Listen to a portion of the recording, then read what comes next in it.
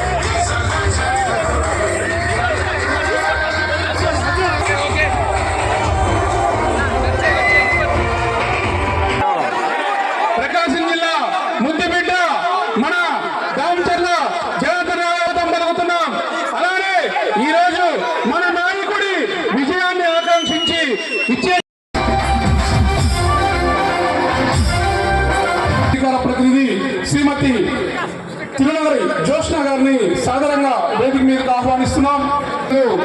రాజేంద్ర గారిని సాదరంగా వేదిక మీదకి ఆహ్వానిస్తున్నాం. అలానే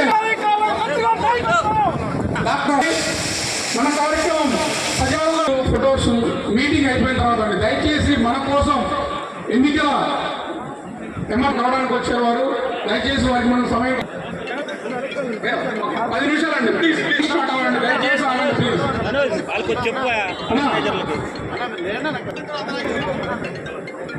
డాక్టర్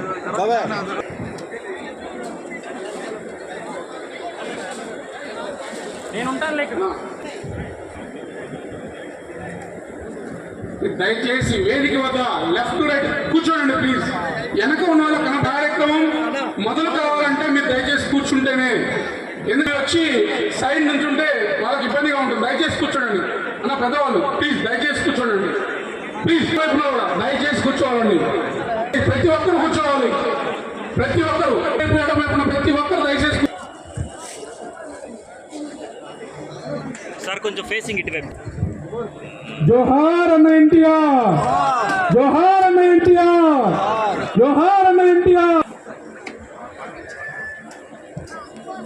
చూడాలా మీరు చేపెట్టకండి. మీరు కూడా దామచల ఆంజనేయులు గారు, జోహార్ దామచల ఆంజనేయులు గారు.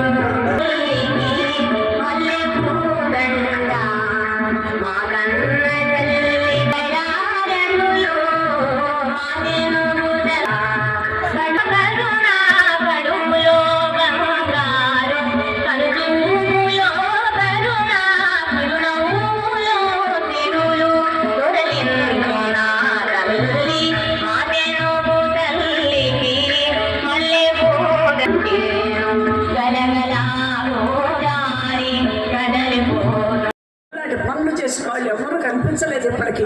అందుకని ఏంటంటే మన ముందు ఇప్పుడు ఎలా ఉందంటే నిజమే, మనం మంచిగా పోతున్నప్పుడు వేరే వాళ్ళు అధర్మంగా పోతుంటే ఏం చేయాలి అనేది ఇప్పుడు సమస్య. కానీ మనం అలానే అధర్మంగా వెళ్ళొద్దు, కానీ ధర్మంగానే నడుస్తూ మాత్రం ఉండకూడదు. మనం ఇప్పుడు అన్నిటికీ సిద్ధంగా ఉండాలి.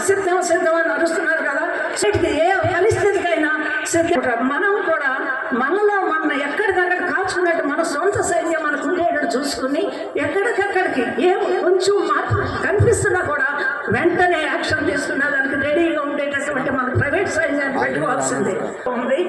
వసతరమ్మ గారి కొత్త కూడా నాకు అనుబంధం ఉంది. తెలియదు కానీ నాకు చాలా అనుబంధం ఉంది. అది నా యొక్క అభిమానం. తెలుగుదేశం పార్టీ అంటే అభిమానం అనమాట. మీ అందరికీ చాలా నేను చెప్తే అభినందనలు తెలుస్తూ తర్వాత మీ అందరికీ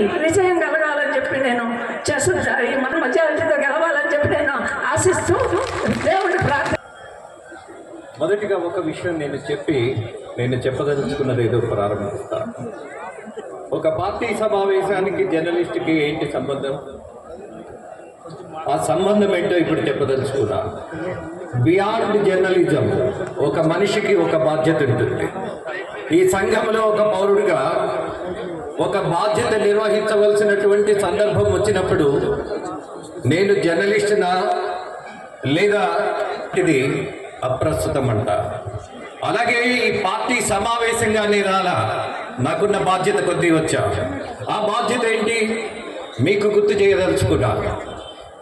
ఇక్కడికి వస్తున్నప్పుడు మీలతో మాత్రమే నేను కలవగలుగుతున్నాను అన్నటువంటి ఒక భావనతో వస్తున్నప్పుడు, వచ్చి చూస్తున్నప్పుడు, మీరు మాట్లాడిన మాటలు వింటున్నప్పుడు ఆత్మీయులు యుద్ధ వీరులు ఒక నమ్మకాన్ని పెంచుతూ, అలాగే రాజకీయాల్లో గౌరవాన్ని కూడా పెంచాల్సిన పరిస్థితుల్లో అలాంటి నాయకులను మనం ప్రోత్సహించాలి అన్నటువంటి ఒక బాధ్యతతో ఇక్కడికి వచ్చా. ఆ బాధ్యత మీకు కూడా ఉంది కాబట్టి, మీరందరూ వచ్చారు కాబట్టి మన కార్యాచరణ ఏంటి అనే ఆలోచన చేయటం కోసం మీ అందరితో కలిసి మాట్లాడాలనుకున్నా. మన కార్యాచరణ ఏంటి? ఒక్కొక్కళ్ళు కనీసం మాత్రం 10 మంది చేత ఓటు వేయించగలిగేటటువంటి బాధ్యత తీసుకోవాల్సినది. కనీసం మాత్రం మానవ ధర్మాలు, మానవత్వం లేనటువంటి దామచర్ల ఆంజనేయులు గారు, ఆయన మంత్రిగా ఉన్నప్పుడు మేము జర్నలిస్తున్నప్పుడు ఆయన మన కుటుంబ సభ్యుల సమస్యల మీద చర్చించే వాళ్ళు, ఏదైనా బాధ్యతగా తీసుకున్నటువంటి తత్వం ఉన్నటువంటి ఆయన మనమడిగా ఇవాళ జనార్దన్ రావు కంటే అర్హుడైనటువంటి నాయకుడు ఎవడున్నాడు అని ఖచ్చితంగా ఈ నియోజకవర్గమే కాదు, ఆంధ్రప్రదేశ్లో ఓటు గాని మహిళను గాని అవమానం చేసేవాడు అధికారంలో ఉంటే సహించవలసిన పరిస్థితి ఉండకూడదు అన్నటువంటి స్పష్టత పెంచటం కోసం చివరిగా మీ నాయకుడి యొక్క గొప్పతనం ఏంటో చెప్పే ప్రయత్నం చేస్తా. 1 minute ప్లీజ్. అయినప్పుడు ఆయన్ని 70 ఏళ్ల ముసలోడిని చూడటానికి ఎవరు వస్తారు అన్న జగన్ చూషన్ రెడ్డి. ఈ 70 ఏళ్ల ముసలోడిని చూడటానికి బ్రిటన్ మాజీ అధ్యక్షుడు మీరు శ్మశానం అని పిలిచాడు. ఈ 70 ఏళ్ల ముసలోడిని చూడటానికి రిలయన్స్ అధినేత ఆర్టీజీఎస్ వచ్చాడు. ఈ 70 ఏళ్ల ముసలోడిని నమ్మి 80,000 కోట్ల పెట్టుబడి పెట్టేందుకు ఆదాని ముందుకొచ్చాడు. ఈ 70 ఏళ్ల ముసలోడిని చూసి లక్షల కోట్ల పెట్టుబడి పెట్టేందుకు విదేశీ ముందుకొచ్చాయి. ఈ 70 ఏళ్ల ముసలోడిని చూడటానికి ఈ ముసలోడు